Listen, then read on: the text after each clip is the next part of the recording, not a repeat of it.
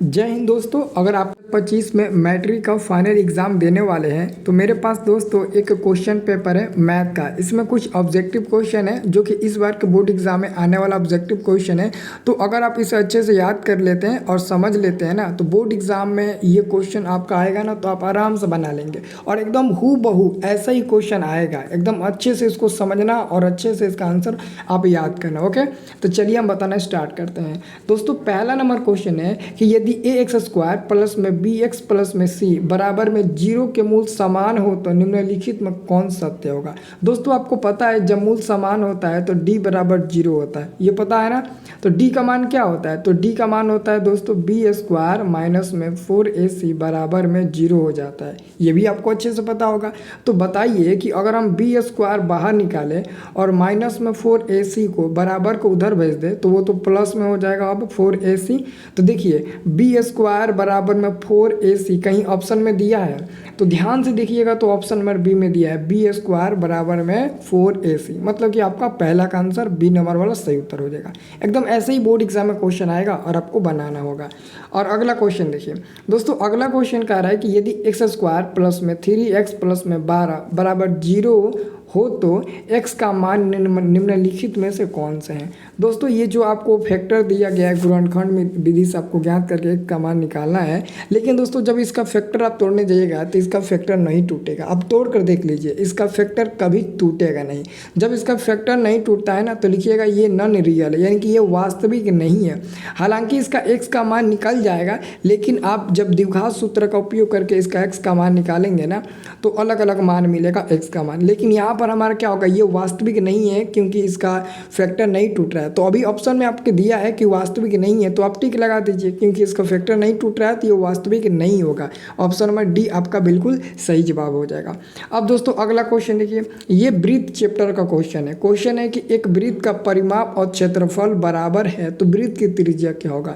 ये बताइए इतना दूर वृत्त का परिमाप, तो वृत्त का परिमाप होता है 2πr, परिमाप यानी कि परिधि, और बराबर में क्षेत्रफल, तो वृत्त का क्षेत्रफल क्या होता है πr² होता है। मतलब कह रहा है कि परिमाप और क्षेत्रफल दोनों बराबर है तो r का मान क्या होगा, यानी कि त्रिज्या क्या होगा।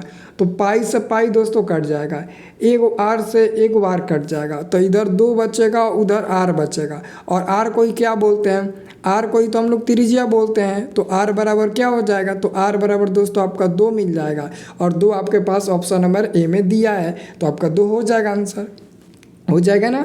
वैसे ही दोस्तों एक और क्वेश्चन आप लोगों से पूछा गया है 4 नंबर।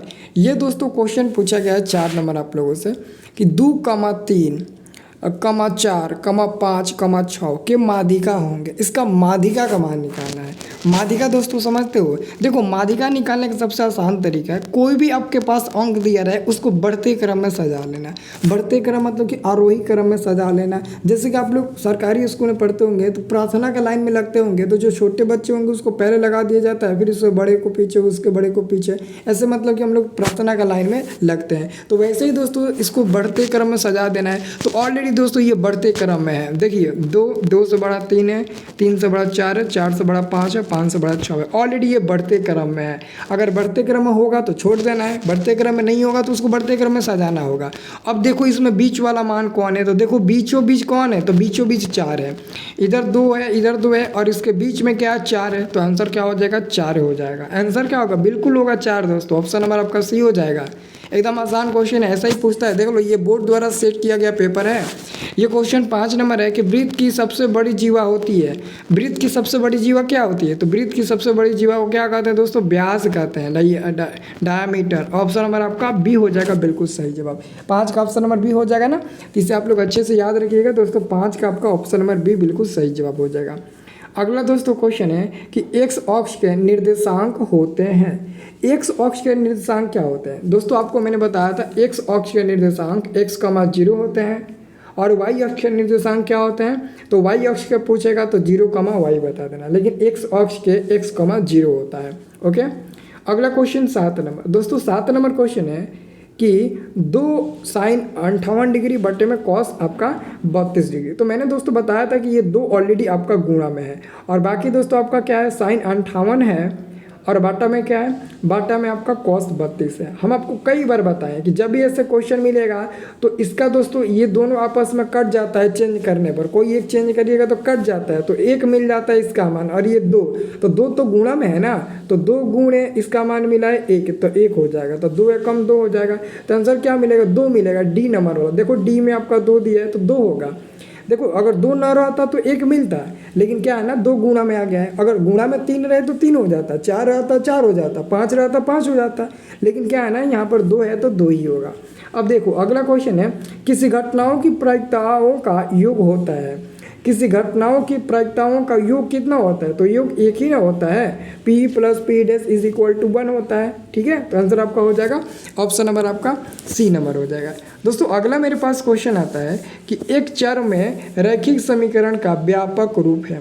एक चर में रैखिक समीकरण का जो व्यापक रूप होता है वो क्या होता है, तो देखो एक चर में रैखिक समीकरण का व्यापक रूप होता है ax + b = 0, और 2 चर में रैखिक समीकरण का व्यापक रूप होता है ax + by + c = 0। ये 2 चर में रैखिक समीकरण का व्यापक रूप होगा, तो ये एक चर में रैखिक समीकरण का व्यापक रूप होगा। इसको अच्छे से याद रखना, हमें लगता है कि ये इंपॉर्टेंट क्वेश्चंस आप बहुत अच्छे से समझ रहे होंगे। ओके, और आपका 10 नंबर दोस्तों प्रश्न देखिए, 10 नंबर आपका प्रश्न है कि यदि √3 sec थीटा = 2 हो तो sec थीटा का मान निकालें। तो सबसे पहले यहाँ से आप sec थीटा बाहर निकालिए, सेक थीटा बाहर निकालिएगा तो 2 ऊपर जाएगा, √3 आपका नीचे आ जाएगा, ये √3 नीचे चला जाएगा, तो क्या हो जाएगा सेक थीटा बराबर।